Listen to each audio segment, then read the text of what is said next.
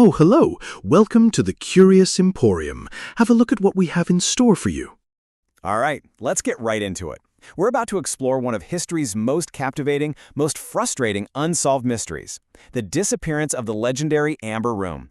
You've got art, royalty, a world war, and a treasure hunt that's been going on for over 75 years. It's an incredible story. And, that title, Eighth Wonder of the World, that wasn't just some exaggeration. The Amber Room was a genuine masterpiece. We're talking about a chamber so lavish, so stunning, that people said it literally glowed from within. It bathed anyone who stepped inside in this warm golden light. It was this amazing symbol of peace, an absolute triumph of art, and, for a long time, the crown jewel of the Russian Empire. Which, of course, brings us to the biggest question of all. How does something so famous, so huge, and so unbelievably valuable just disappear? Poof, gone. To even begin to answer that, we have to put on our detective hats and follow a trail of clues that goes completely cold in the fog of World War II.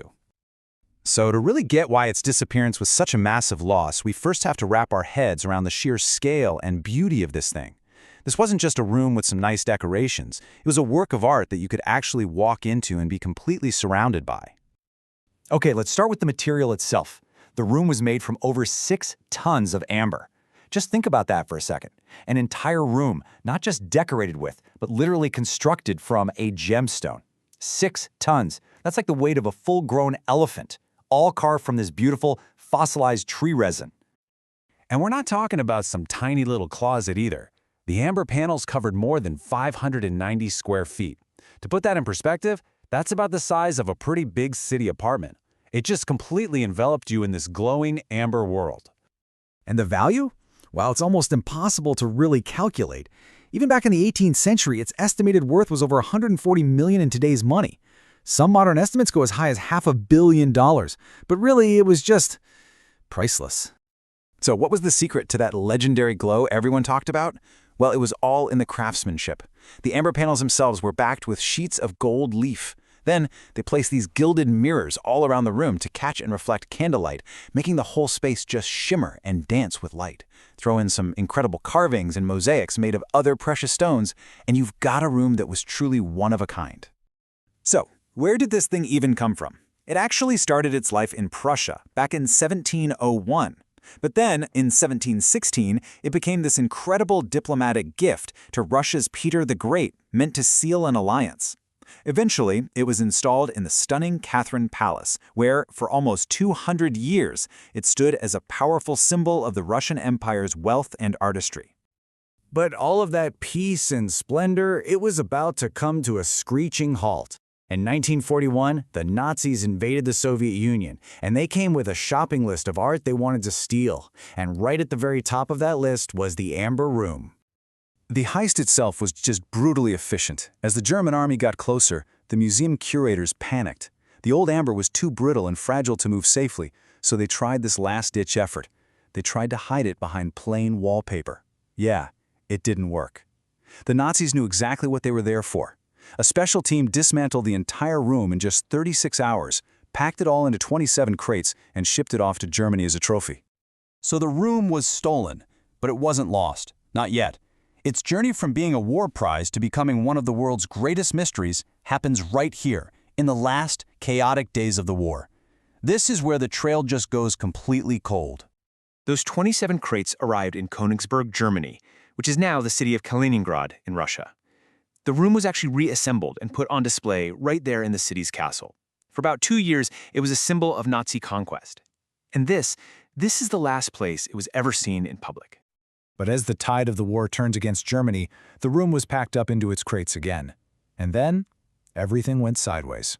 In August 1944, Allied bombers just pulverized the city of Königsberg. A few months later, in April 1945, the Soviet Red Army stormed what was left of it. And when officials finally went to search the rubble of the castle, the 27 crates were gone, vanished. And that's it. That's the moment the Amber Room disappears from history and becomes the stuff of legend. This is where the mystery really begins, sparking this web of theories that has fascinated people ever since. So what could have possibly happened to it? Okay, so there are basically three big theories. The first, and maybe the simplest, is that it was just destroyed when the castle was bombed. Makes sense, right? The castle was rubble, and they even found a few burned mosaic fragments. The problem? Amber burns, and not a single trace of burnt amber was ever found in the ruins. Theory 2, it's at the bottom of the Baltic Sea, loaded onto a ship that sank. But explorers have dived on the most likely shipwrecks, and found nothing. And the last big theory, the one everyone loves, it was hidden in a secret underground mine or bunker somewhere. But after decades and decades of searching, still nothing. And you know, when the facts run out, that's when the conspiracies take over. Some people think the Nazis never even got the real room, that Stalin hid the original and let them steal a fake. Or how about this?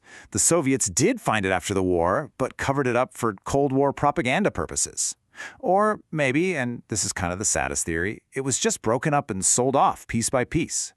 Or just maybe, it's sitting right now, fully intact, in some billionaire's private collection. The fact that we still don't have a clear answer is why the Amber Room's legacy is so powerful.